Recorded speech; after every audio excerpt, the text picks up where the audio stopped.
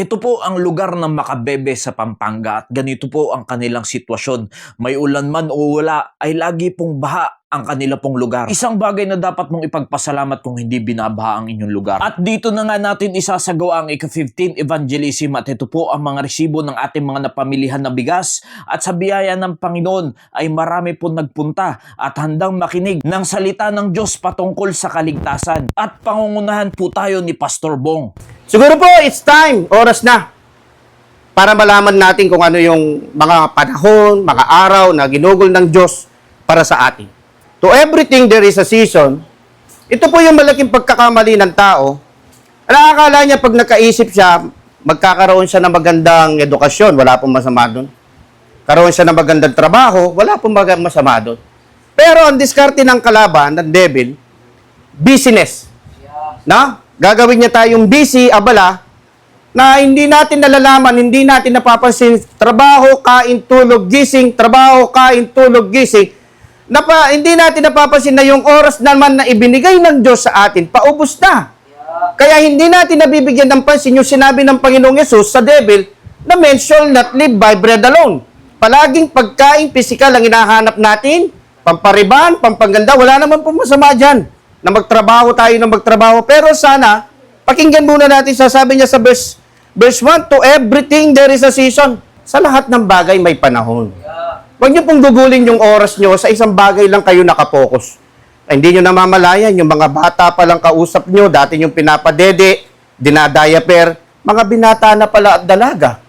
Dahil nakapokus lang kayo sa trabaho, sa hanap buhay niyo, sa business niyo, hindi niyo pala namalayan na isang araw may apo na kayo. Yun po yung pandaraya ng devil sa atin, na umiikot yung orasan natin. Alam niyo po ba, mga kaibigan ko, nakaupo kayo dyan na ayos, at minsan nakakatawa pa kayo. Alam niyo po ba sa ibang bansa, umuulan ng missile ngayon? Kahit may pera sila, may pagkain sila, hindi sila makapagpatulog, hindi sila makatulog, at hindi sila makakain ng maayos. Dahil inaalala nila na pag tumunog yung sirena, uulan na naman ng missile. Alam niyo po ba sa ibang lugar, nagrereklamo tayo sa baha, sa tubig? Alam niyo po ba sa isang lugar, sa ibang lugar, isang patak lang ng tubig, napakalaki ng halaga. Dahil may drought, may tagtuyot sa bansa nila.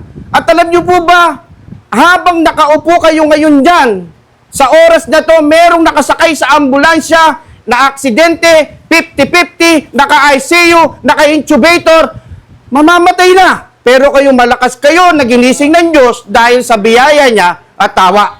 A time to be born and a time to die. Yung kaliwang kamay ko, ito yung a time to be born. Yung kanang kamay ko, ito yung a time to die. Kaya kung bibilangin mo yung taon meron ka, hindi tayo pare-pareho. Ako, yung a time to be born ko, 52 years na akong buhay. Pero wala pa akong a time to die. Pero kayo, meron kayong a time to be born, baka banda dito lang.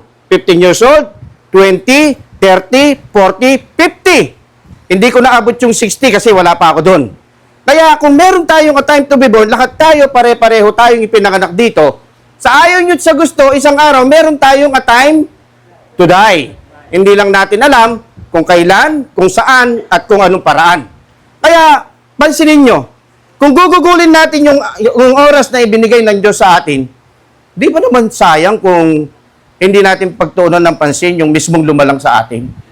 Yung mismong Diyos na nagbigay ng oras sa atin para mabuhay. Sabi ko nga, meron po kaming kakilala dito, yung anak niya may leukemia.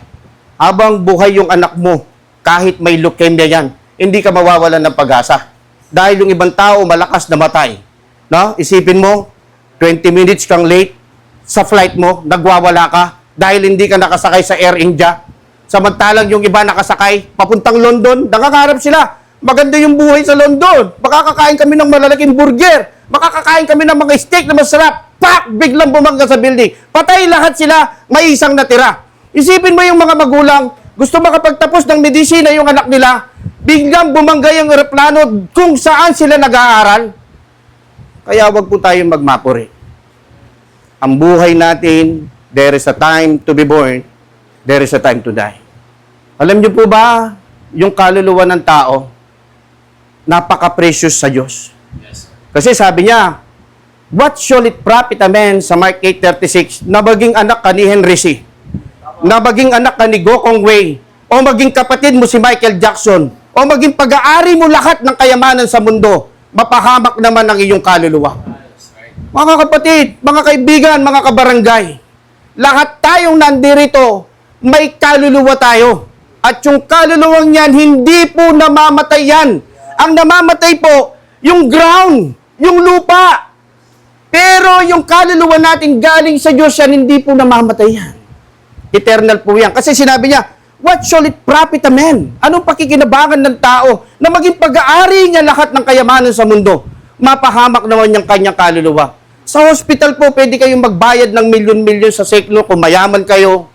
Pero pagdating sa buhay, hindi ka makakabili ng ekstrang kaluluwa sa Manson drug, sa Mercury drug, dahil isa lang yung kaluluwa mo at yan hindi namamatay.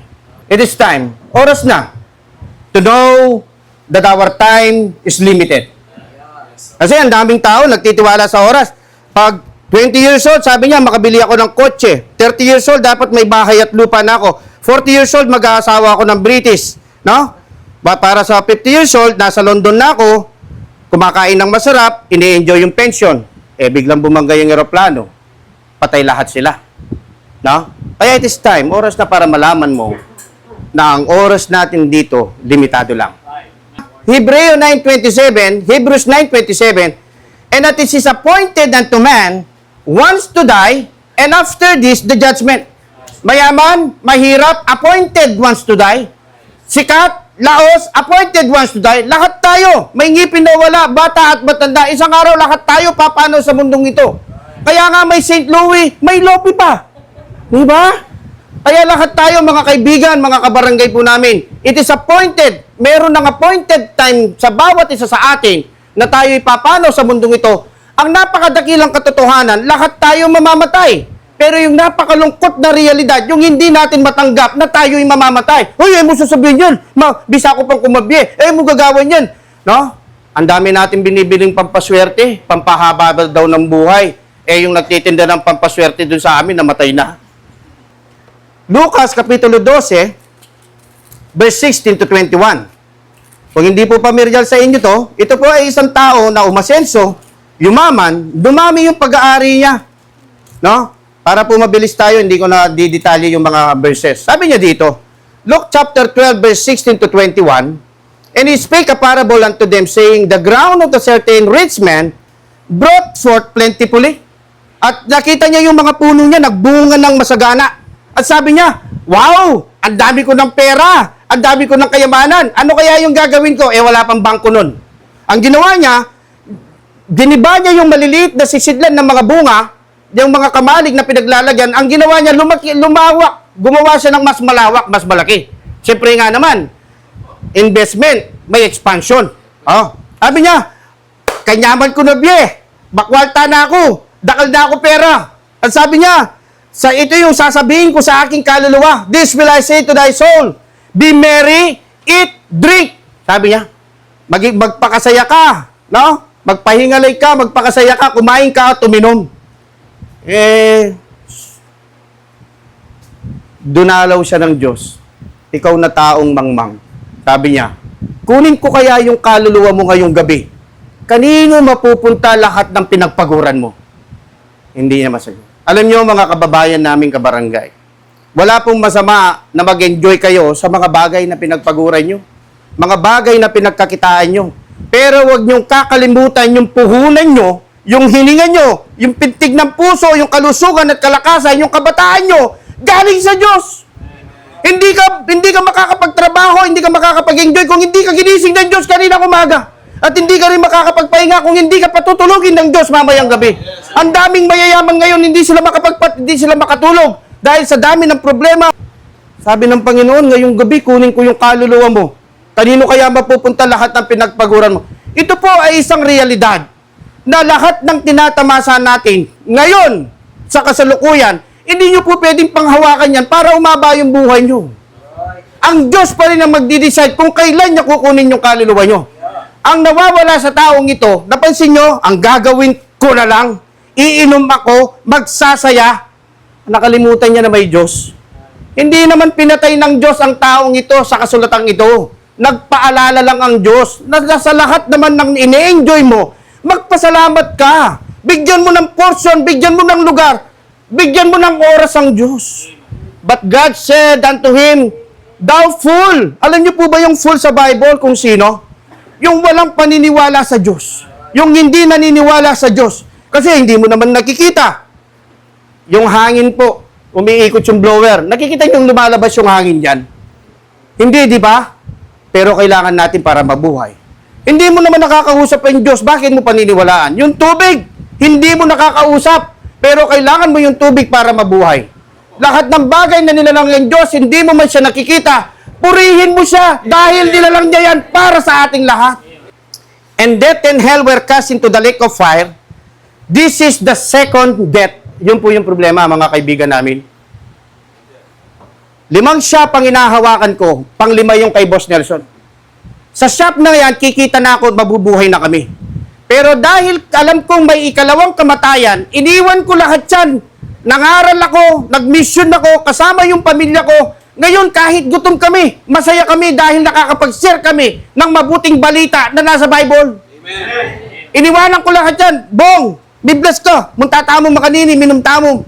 Black level, tinatawanan lang namin yan. Mayaman yung boss ko eh. Blue level, tinatawanan lang namin yan. Mayaman yung boss ko eh.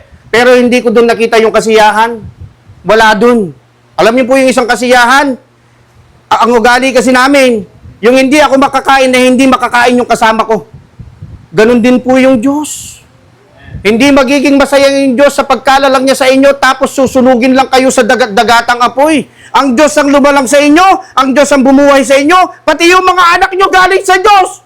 Tapos susunugin lang sa impyerno dahil nagpakamatay, dahil pinatay, dahil namatay sa kasalanan. Hindi po kami nagre-recruit dito. Hindi kayo magkakasya dito. Sa amin lang puno na to. Pero sana naman buksan nyo yung puso nyo, tisipan na isang araw, haharap kayo sa isang hatol na hindi nyo alam kung walang magsasalita. Yes. Kala nyo kasi nakakaraos lang kayo maghapon, okay na. Basta ako, nakakain ako ng 3 beses isang araw, okay na. Hindi po. Maraming tao ang namamatay sa gutom, pero dahil ligtas sila, payapa silang pupunta sa langit.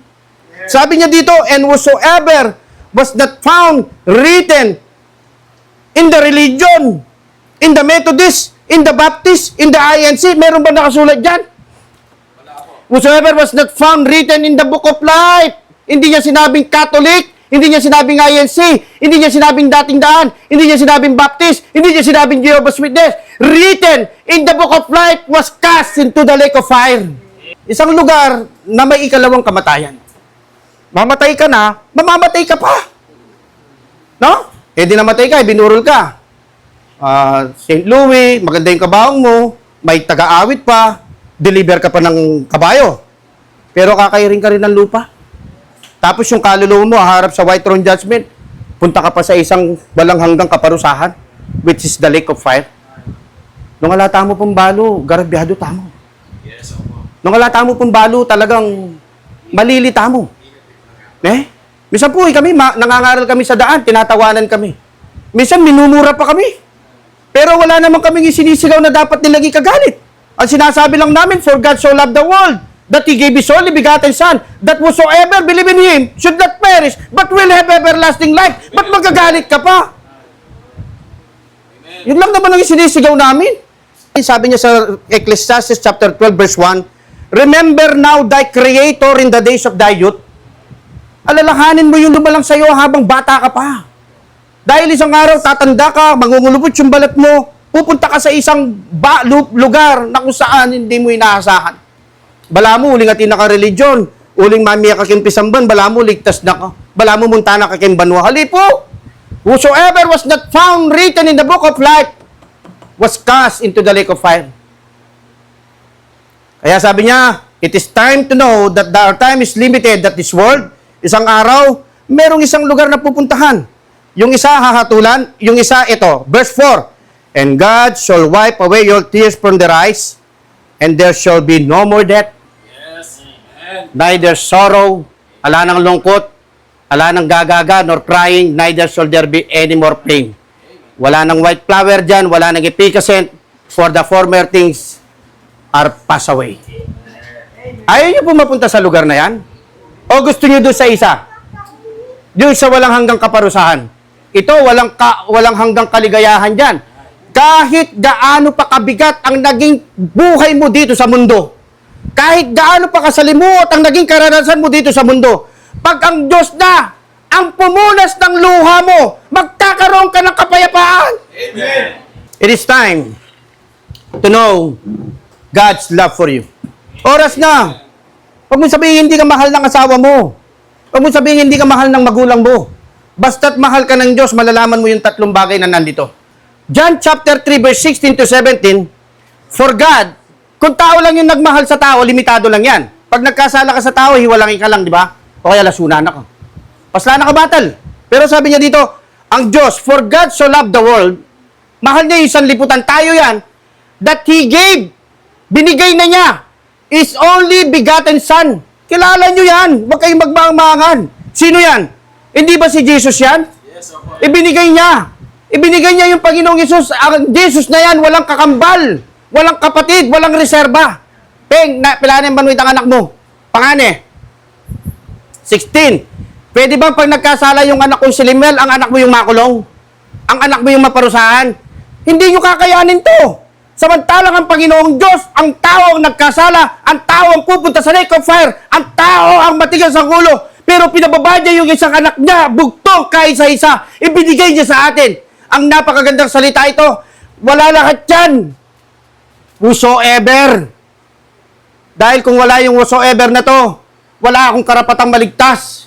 Dahil kung wala yung whosoever na yan, wala na tayong pag-uusapan dito. Kung pumipili ang Diyos ng maliligtas, yung nasa tunay na iglesia, nasa tunay na reliyon, hindi whosoever yan. Ang sabi ng Panginoon, for God so loved the world that He gave His only begotten Son, whosoever, kahit sino man, makasalanan ka, mamamatay tao ka, adik ka, believeth in Him should not perish but have everlasting life. Amen. Verse 17, bonus. Verse 17, for God sent not His Son into the world to condemn the world. Kung pinababa lang ng Panginoong Diyos, ng Amang Diyos, ang Panginoong Yesus para hatulan tayo, ba't bababa pa siya? Pwede naman niya tayong sulugin ngayon ng buhay, kahit wala si Kristo. Pwede naman niyang balitan na lang yung mundo, tunawin niya sa matinding init, kahit wala si Kristo, di ba? Pero dahil napakadakila ng pag-ibig ng Diyos, lahat sa atin, whosoever believe in Him, sa anak niya, should not perish but will have everlasting life. Ito yung misyon. For God sent not His Son into the world to condemn the world, but that the world through Him might be saved. Yes, amen. Baguhin niyo na po yung maling paniniwala natin, na mas naniniwala tayo sa mga apostol kaysa mismong Panginoong Yesus.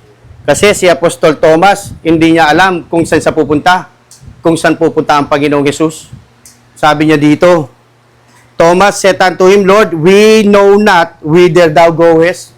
Kaya kung magtatanong ka sa mga santo, hindi nila alam. Hindi nila alam. No? Sabi niya, whither thou goest, and how can we know the way? Paano namin malalaman yung paraan, yung daan? Bah, ibig mo sabihin, Brother Bong, yung palang pinapasampasan ko every year, hindi niya pala alam kung saan kami pupunta.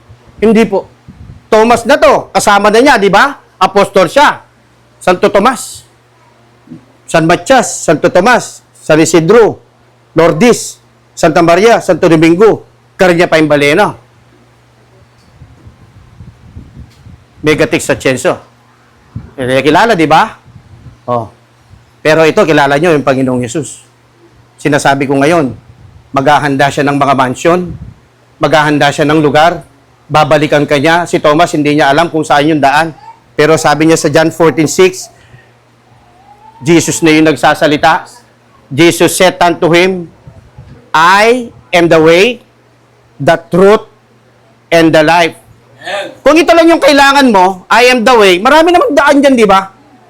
May tamang daan, may dating daan, may expressway, may NLEX pa nga eh. Ngayon, may bago pa, may CALEX pa. Pero kung katotohanan lang ang kailangan mo, marami namang isasabing katotohanan. Alala po silbi lahat din kung wala kang buhay. Ito yung pinaka-importante dyan, and the life. No man. Sino po yung tao dito? Sino yung tao dito? Lahat po ba tayo tao? Ibig sabihin, hindi ka makakarating sa Ama. No man cometh unto the Father kung hindi ka dadaan kay Jesus, but by me. Jesus is the way, the truth, and the life. Kung gusto mo makarating sa Diyos Ama, dumalan ka pa kan Jesus. Kung gusto mo makarating sa langit, dumalan ka pa kan Jesus.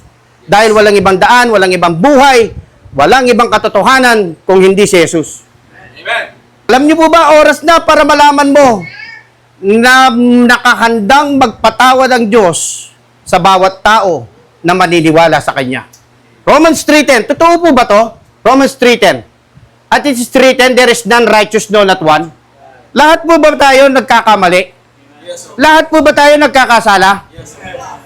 Yung nga mga bata ngayon, bago makapagsalita ng amen, mura muna, di ba?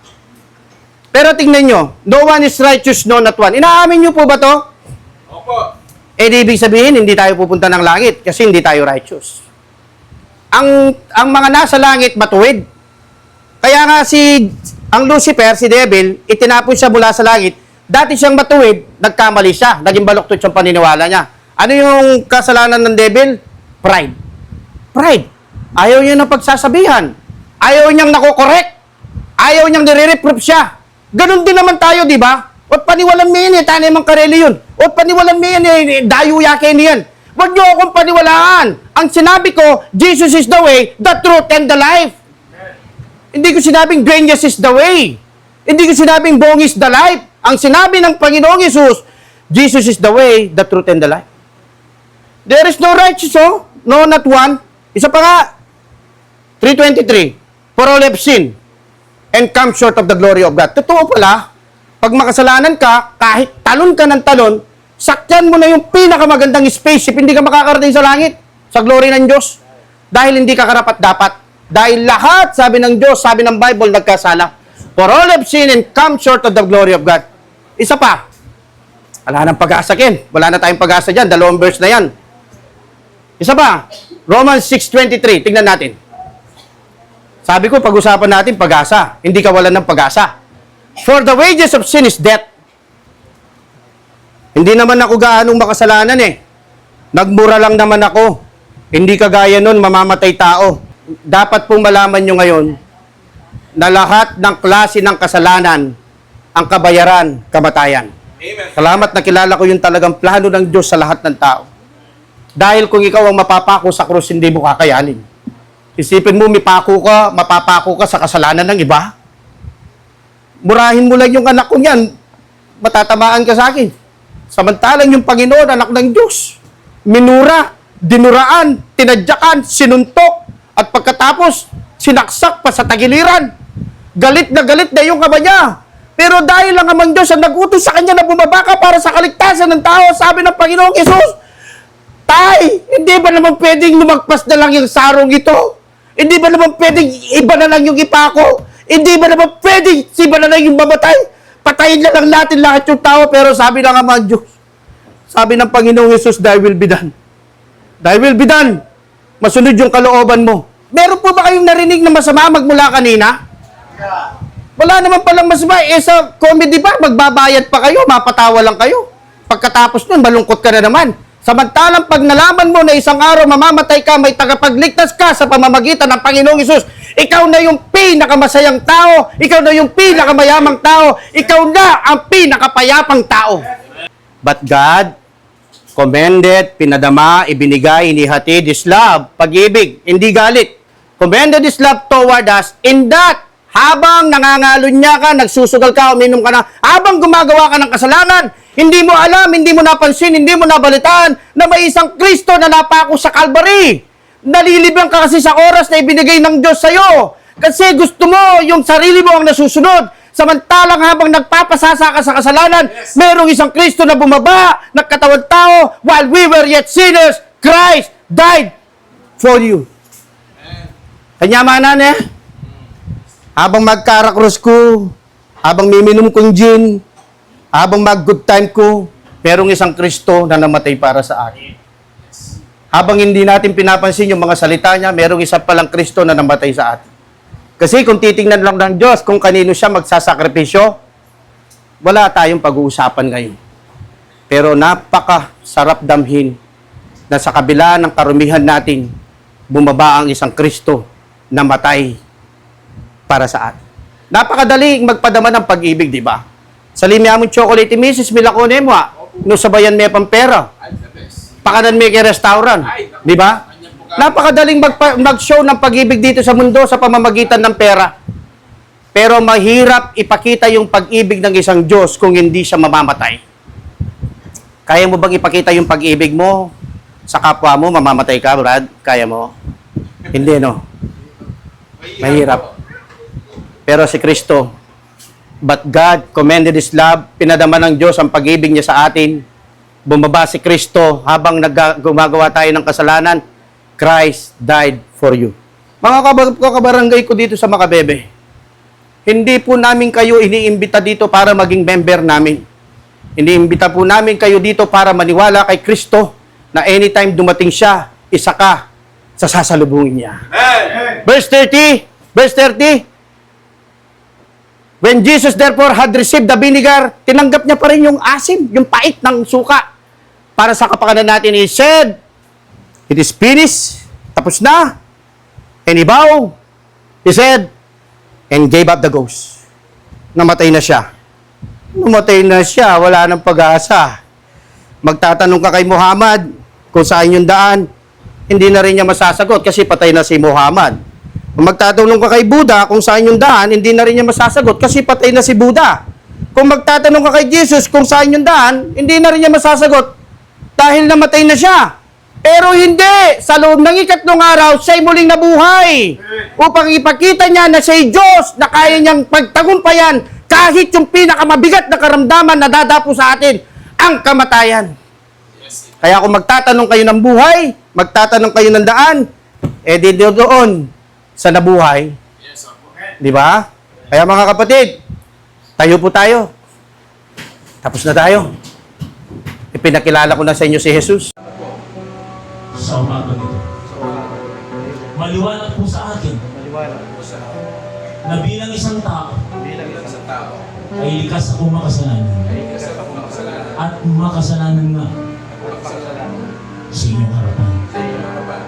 Akin din pong nalaman mula sa iyong mga salita